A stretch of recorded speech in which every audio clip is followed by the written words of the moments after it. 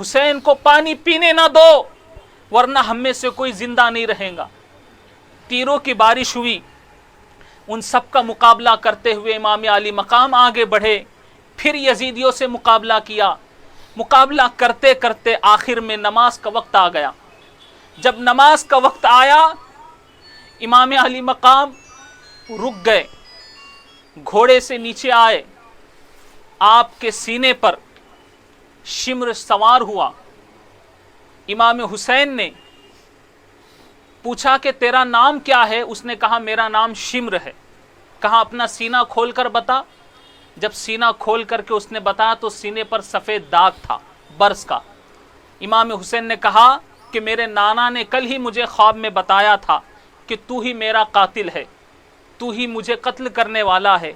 اے شمر بتا، کیا تو جانتا ہے آج کون سا دن ہے؟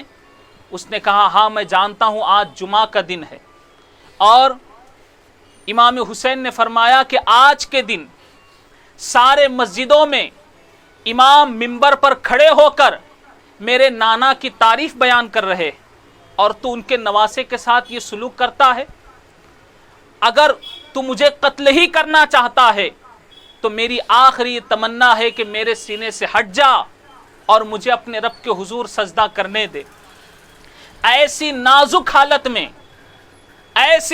حالت میں امام علی مقام اپنے رب کے حضور سجدہ کرنے کے لیے کھڑے ہوتے۔ بدن پر 72 زخم ہے، تیروں سے بدن چھلنی ہو چکا ہے، خون جاری ہے۔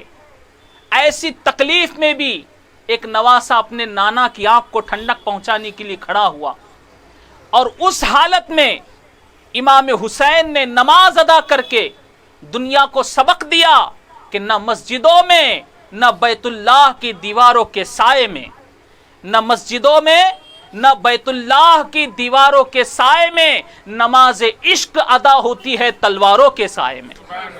نماز عشق ادا ہوتی ہے تلواروں کے سائے میں۔ عشق والی نماز وہ ہے جو کتنی بھی مصیبت ہو مگر نماز نہیں چھوٹے۔ نماز عشق ادا ہوتی ہے تلواروں کے سائے میں۔ جب امام علی مقام سجدے میں گئے، یزیدیوں نے سوچا کہ اس سے اچھا موقع نہیں ہے، اگر ہم نے انہیں چھوڑ دیا تو یہ ایسا شیر ہے کہ اٹھنے کے بعد پھر ہم میں سے کوئی باقی نہیں رہے گا، یہی موقع ہے کہ انہیں ختم کر دو۔ اور پھر ان یزیدیوں نے، بدبختوں نے، شقی القلب لوگوں نے امام علی مقام کی گردن پر خنجر چلایا اور آپ کو شہید کر دیا۔ انا للہ و انا الیہ راجعون۔ آپ کی شہادت کے بعد سورج ڈوب گیا، آسمان پر سب اندھیرا چھا گیا، آسمان سرخ ہو گیا۔ آپ کی شہادت پر آسمان بھی رویا، مگر وہ یزید اتنے بدبخت اور شقی القلب تھے کہ آپ کو شہید کرنے پر ہی اکتفا نہیں کیا، آپ کو شہید کرنے کے بعد آپ کے لاش پر گھوڑے دوڑائے گئے، آپ کی لاش کو پامال کیا گیا، اور پھر ان تمام شہداء کے سروں کو، امام حسین کے سر کو نیزے میں رکھ کر ان یزیدیوں نے جشن منایا، ماتم کیا، خوشی منائی۔ یاد رہے دوستو، اس موقع پر خاص محرم الحرام میں اس طرح کا جشن منانا یہ یزیدیوں کا طریقہ ہے، اور وہ اپنی کامیابی پر ناز کر رہے تھے۔ امام حسین کے سر کو نیزے پہ اٹھا کر، شہدائے کربلا کے سروں کو نیزوں پہ اٹھا کر دنیا کو بتا رہے تھے کہ ہم کامیاب ہیں۔ مگر یاد رہے، ایک جسم کی نظر ہوتی ہے، ایک ایمان کی نظر ہوتی ہے، ایک جسم کی نظر ہوتی ہے، ایک ایمان کی نظر ہوتی ہے۔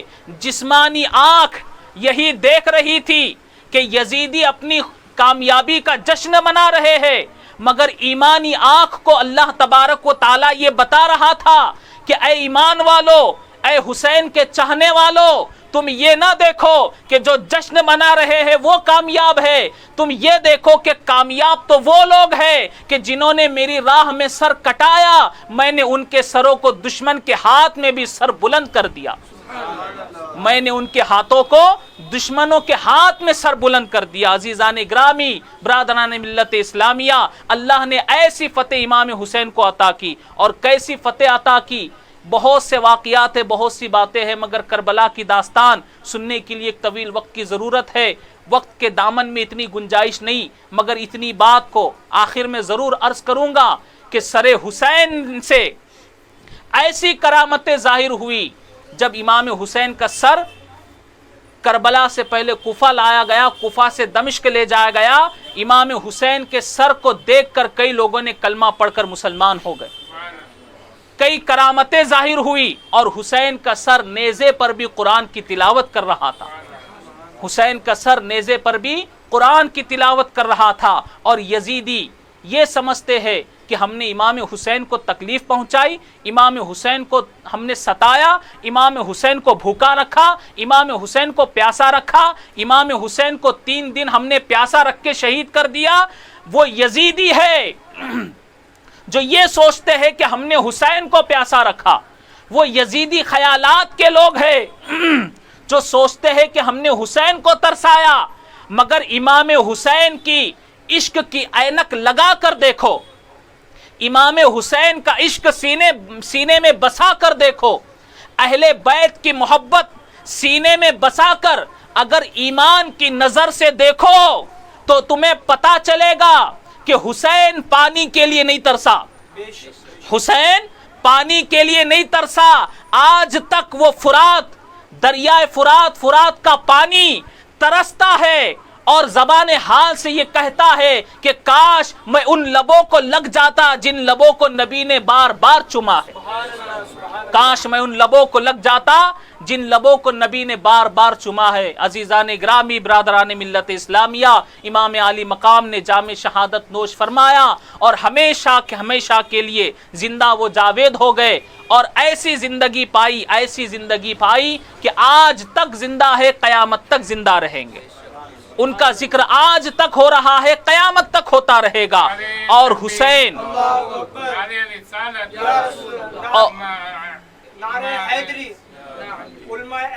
اور یزیدی ایسے ناکام ہوئے کہ آج ان کا نام و نشان مٹ گیا، ایسا نام و نشان مٹ گیا کہ کوئی بھی آج یزید کے نام پہ کوئی بچہ نظر نہیں آتا، کوئی اپنے بچے کا نام یزید نہیں رکھتا، مگر گلی کوچے میں حسین اور غلام حسین نظر آتے ہیں، حسین اور غلام حسین نظر آتے ہیں، گلی کوچوں میں نیاز حسین بنتی ہے اور لوگوں کو بانٹا جاتا ہے، گلی گلی میں امام حسین کے نام پہ شربت پلائے جاتے ہیں۔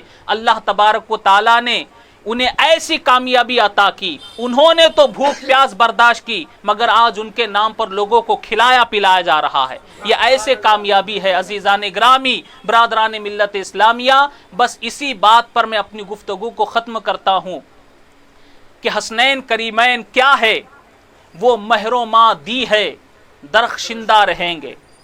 مہر و ماہ کہتے ہیں چاند سورج کو، حسنین کریمین چاند و سورج ہے، ہمیشہ جگمگاتے رہیں گے، وہ مہر و ماہ دی ہے، دین کے چاند و سورج ہے، درخشندہ رہیں گے، ظلمات کے عالم میں بھی تابندہ رہیں گے، ظلمات کے عالم میں بھی تابندہ رہیں گے۔